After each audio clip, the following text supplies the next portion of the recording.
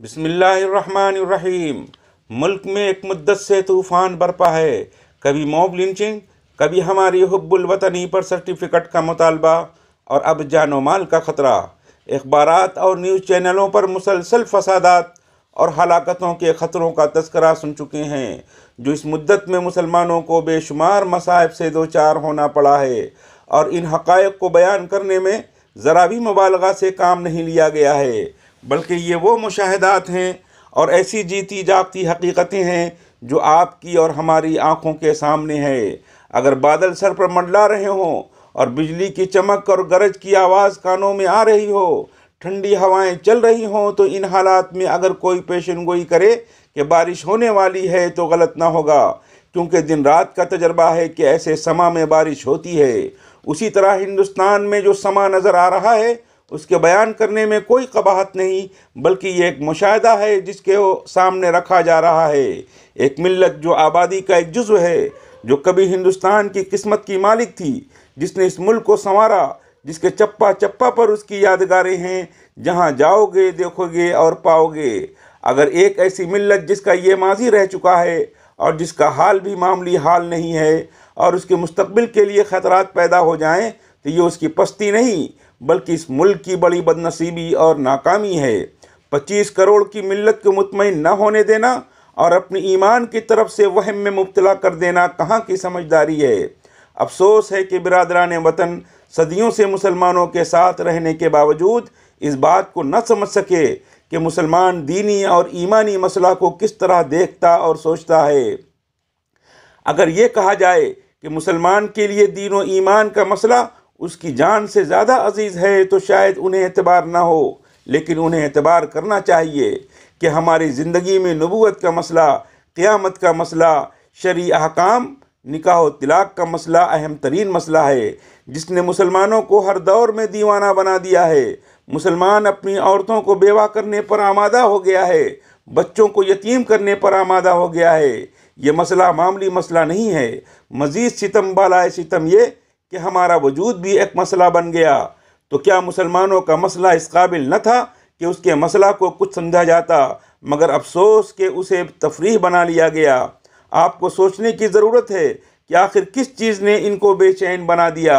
ایک انسان کی حیثیت سے غور کریں کہ آخر یہ ملت پاگل تو نہیں ہوئی ہے؟ آخر کیا بات ہے جس کی وجہ سے یہ حالات پیدا ہو رہے ہیں؟ آپ اگر یہ سمجھ لیں کہ مسلمان ایمان کو جان پر مقدم رکھتا ہے، ساری دنیا اس پر عقیدہ رکھتی ہے کہ جان ہے تو جہان ہے، لیکن مسلمان کہتا ہے کہ ایمان ہے تو سب کچھ ہے۔ مسلمان کے لیے روٹی کی ایک حقیقت ہے، لیکن روٹی سے زیادہ اہم مسئلہ اس کے نزدیک ایمان اور عقیدہ کا مسئلہ ہے، اور اگر یہ مسئلہ نہیں ہے تو پھر مسلمانوں کے لیے کوئی مسئلہ نہیں ہے، پھر وہ ایک جانور کی طرح دنیا میں ہے۔ بلکہ بات آزمائش اور امتحان کی ہو تو میں یہاں تک کہنے کے لیے تیار ہوں کہ مسلمان صرف اتنی فکر نہ کریں کہ جو اولاد ملی ہے وہ زندہ رہے۔ اگر والدین مسلمان ہیں اور ان کے سینے میں مسلمان کا دل ہے، تو ان کو اس بات کے لیے تیار رہنا چاہیے کہ اگر ان کے سامنے سوال ہو کہ ایمان لو تو زندگی نہیں، اور زندگی لو تو ایمان نہیں، تو مسلمان ایمان لیں، صرف ایمان لیں، کیونکہ اگر دین نہیں ہے، ایمان نہیں ہے، تو زندگی نہیں ہے۔ ہم مسلمانوں کو یہ فیصلہ کرنا چاہیے کہ ایمان کے ساتھ ہر چیز منظور، اور بغیر ایمان کے کچھ نہیں چاہیے۔ اگر ساری دنیا کی طاقتیں جمع ہو جائیں تو بھی کسی قوم کو اس چیز پر مجبور نہیں کر سکتی جو اس کو جان سے زیادہ عزیز ہے۔ ہم ہر چیز کی قربانی دے سکتے ہیں، ہم پھانسی پر چڑھا دیے گئے، ہمارے سینوں پر پتھر رکھے گئے اور گھسیٹے گئے، تب بھی ایمان کے بغیر ہم زندہ رہنے کے لیے تیار نہیں ہوئے۔ شاید اللہ تعالیٰ نے آپ کے ایمان کو مضبوط کرنے کے لیے اور آسمانی ترازو میں سب سے زیادہ قیمتی ثابت کرنے کے لیے آپ کے سامنے ایک چھوٹی سی آزمائش کر دی ہے۔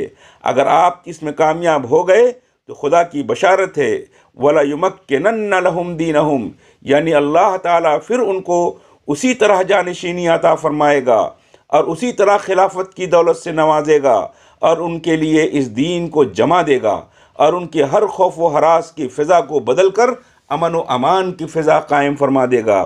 مگر شرط یہ ہے کہ اللہ اور غیر اللہ کے درمیان انتخاب کرنے کا موقع ہو تو یہ لوگ اللہ کو ترجیح دیں۔ تو شاید یہ موقع آپ کو دیا گیا ہے کہ آپ اس کو قبول کریں، اور اگر یہ چیلنج ہے تو اس چیلنج کو بہادروں کی طرح قبول کریں۔ انشاءاللہ جس وقت معلوم ہو جائے گا کہ آپ نے اس کا فیصلہ کر لیا ہے تو یہ سب مصیبتیں بادل کی طرح چھٹ جائیں گی۔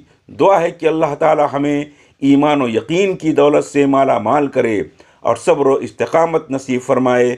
آمین ثم آمین۔